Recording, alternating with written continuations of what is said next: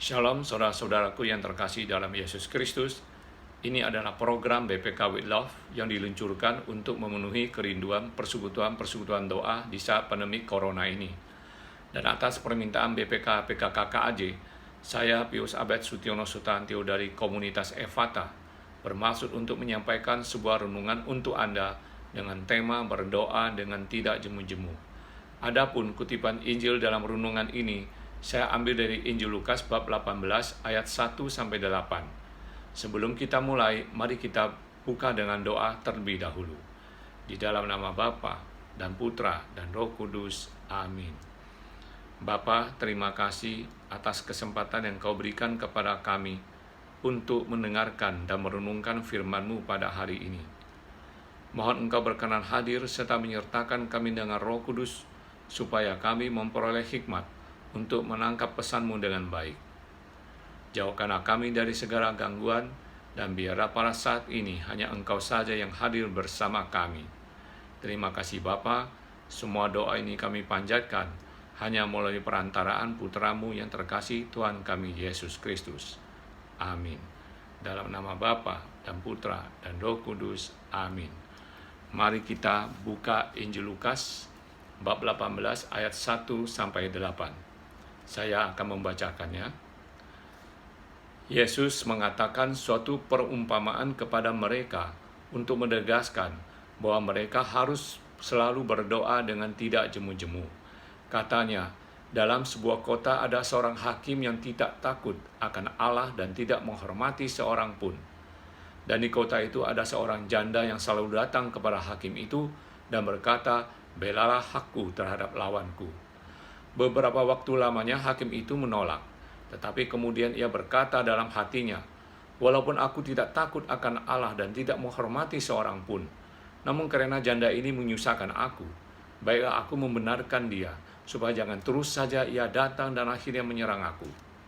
Kata Tuhan, "Camkanlah apa yang dikatakan hakim yang lalim itu.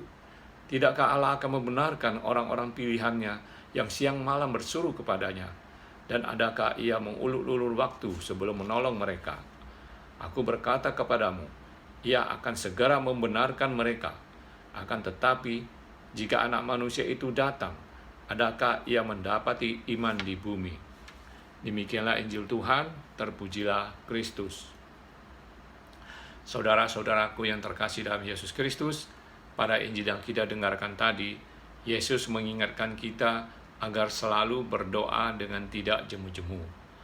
Perintah Yesus ini tentu tidak main-main, pasti ada maksud dan tujuannya. Dan secara sederhana, saya menangkap bahwa maksud Yesus adalah agar kita rajin dan tekun berdoa. Tujuannya untuk apa?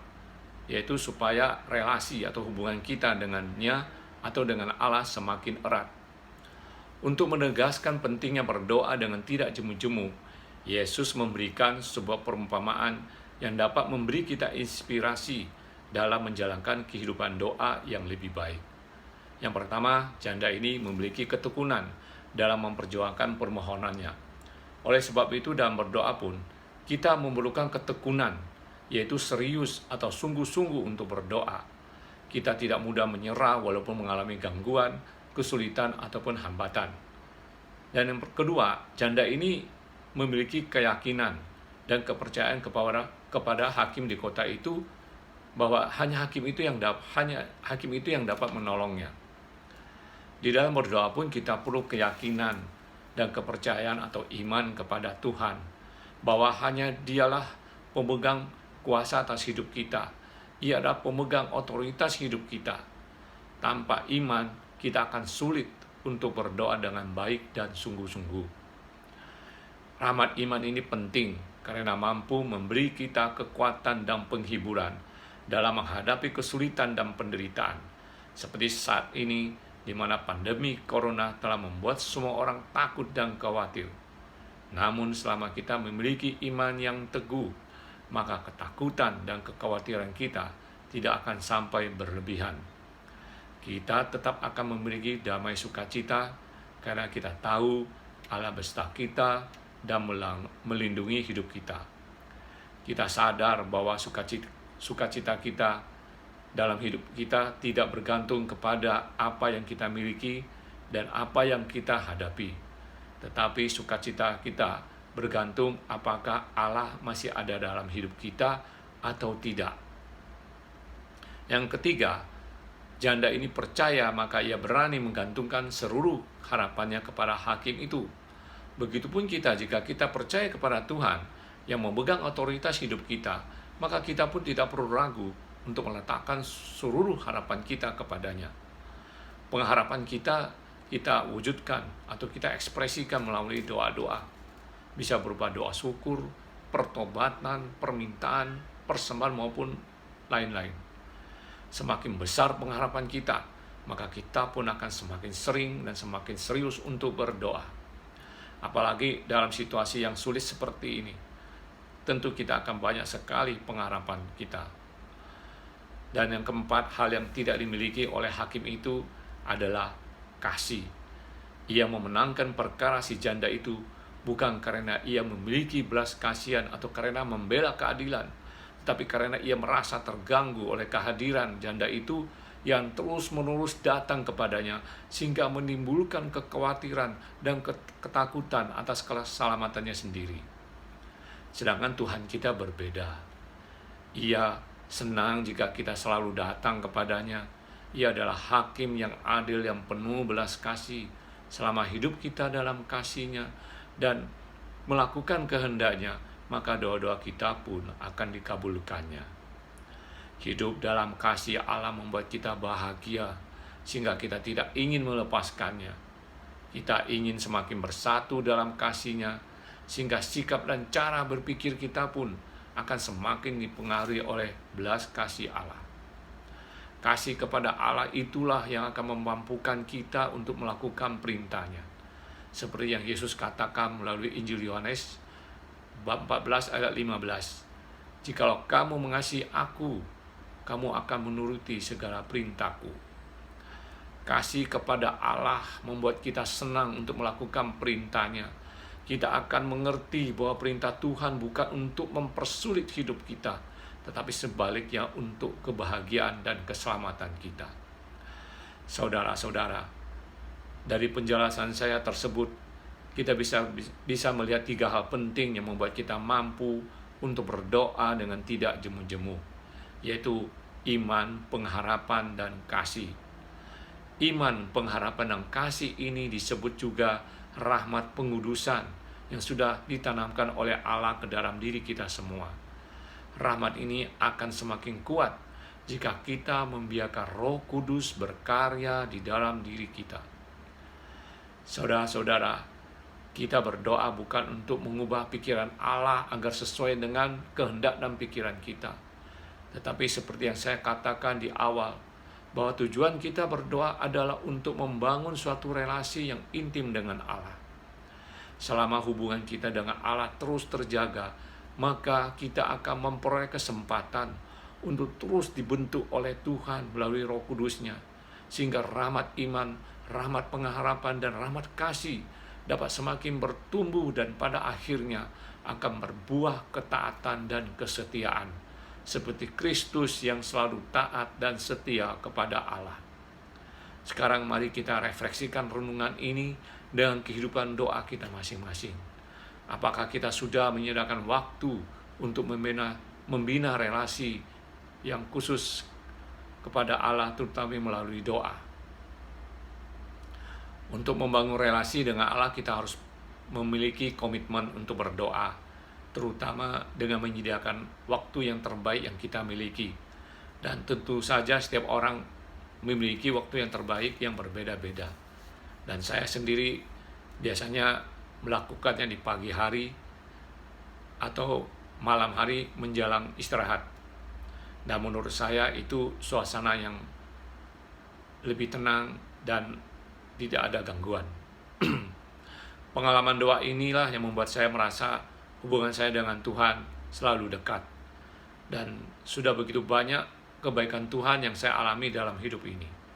Salah satunya akan saya coba sharingkan kepada saudara-saudara, yaitu suatu peristiwa yang saya alami pada bulan Februari tahun 2020 ini, di mana istri saya dan sahabatnya membeli tiket penerbangan untuk ke luar negeri dengan tanggal keberangkatan tanggal 12 Maret tahun 2020. Pada mulanya tidak ada masalah, tetapi semakin dekat dengan tanggal keberangkatan, keadaan dunia akibat pandemi COVID-19 ini semakin mengkhawatirkan, termasuk di negara yang menjadi tujuan perjalanan istri saya dan sahabatnya. Oleh karena itu, saya dan keluarga mencoba mengingatkan istri agar segera membatalkan saja perjalanan mereka.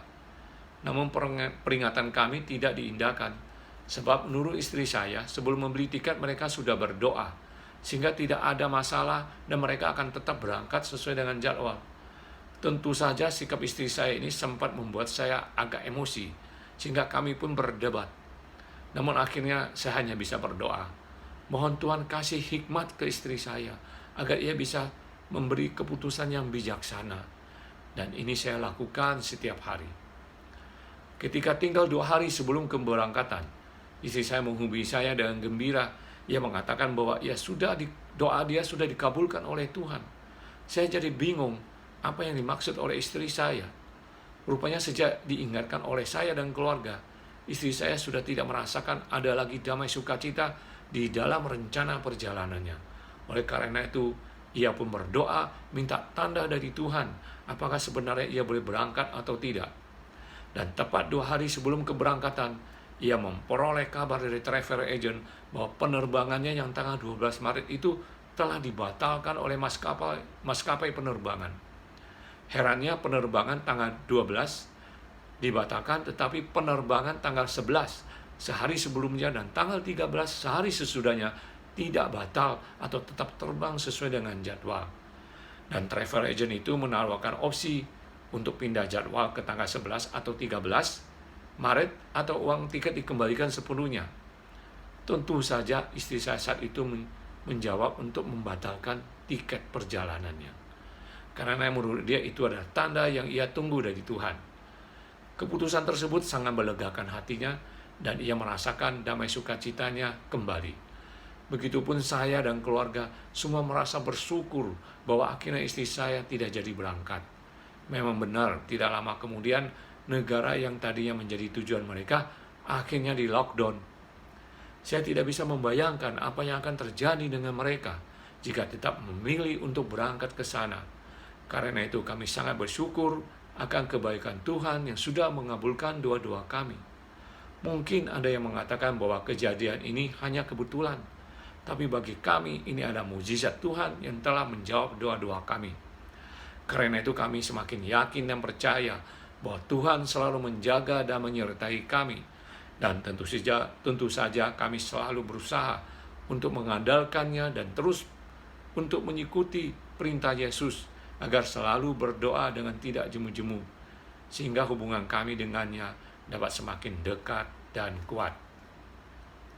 Saya percaya bahwa saudara-saudara tentu juga menginginkan hal yang sama dengan saya. Oleh karena itu, mari kita terus berdoa untuk menjaga hubungan yang erat dengan Tuhan, dengan tekun berdoa, sebab Tuhan selalu menunggu kita untuk membina hubungan dengannya. Ia mau kita selalu hidup dalam kasih-Nya, sehingga kehendaknya boleh terjadi dalam hidup kita. Dan tentu saja, pada akhirnya kita akan bahagia karenanya. Saudara-saudara, sebelum saya akhiri renungan ini, mari kita berdoa. Dalam nama Bapa dan Putra dan Roh Kudus. Amin. Ya Bapa, kami bersyukur bahwa melalui Injil yang kami dengar pada hari ini, Putramu Yesus Kristus telah mengingatkan kami untuk selalu berdoa dengan tidak jemu-jemu. Tuntun kami dengan Roh Kudus supaya kami memiliki kesungguhan hati dan kekuatan untuk terus berdoa, sehingga hubungan kami denganmu semakin erat. Satukanlah kami dalam kasih-Mu, agar kami dapat semakin mampu untuk mengasihi-Mu dengan berbuat kasih kepada sesama kami. Kami juga mohon belas kasih-Mu ya Bapa, agar pandemi COVID-19 dapat segera diatasi dan semua orang bisa kembali menjalankan hidup dengan normal. Dan bagi yang sakit Tuhan Kau sembuhkan, dan bagi yang menangani COVID-19 ini, Engkau bantu mereka dengan kekuatan, dengan keselamatan, dengan kesehatan dan penghiburan. Dan bagi yang tidak dapat bertahan, Engkau berikan istirahat kekal bersamamu di surga. Bapa, terima kasih, dan semua doa ini kami panjatkan hanya melalui perantaraan putra-Mu yang terkasih, Tuhan kami Yesus Kristus, yang hidup bersama dengan Dikau dalam persekutuan Roh Kudus Allah sepanjang segala masa. Amin. Dalam nama Bapa dan Putra dan Roh Kudus. Amin. Saudara-saudara yang terkasih, demikianlah pewartaan dari saya. Semoga bisa memberi penghiburan, kekuatan, dan inspirasi bagi saudara-saudara dalam menjalankan kehidupan doa yang tidak jemu-jemu. Terima kasih. Tuhan Yesus memberkati kita semua.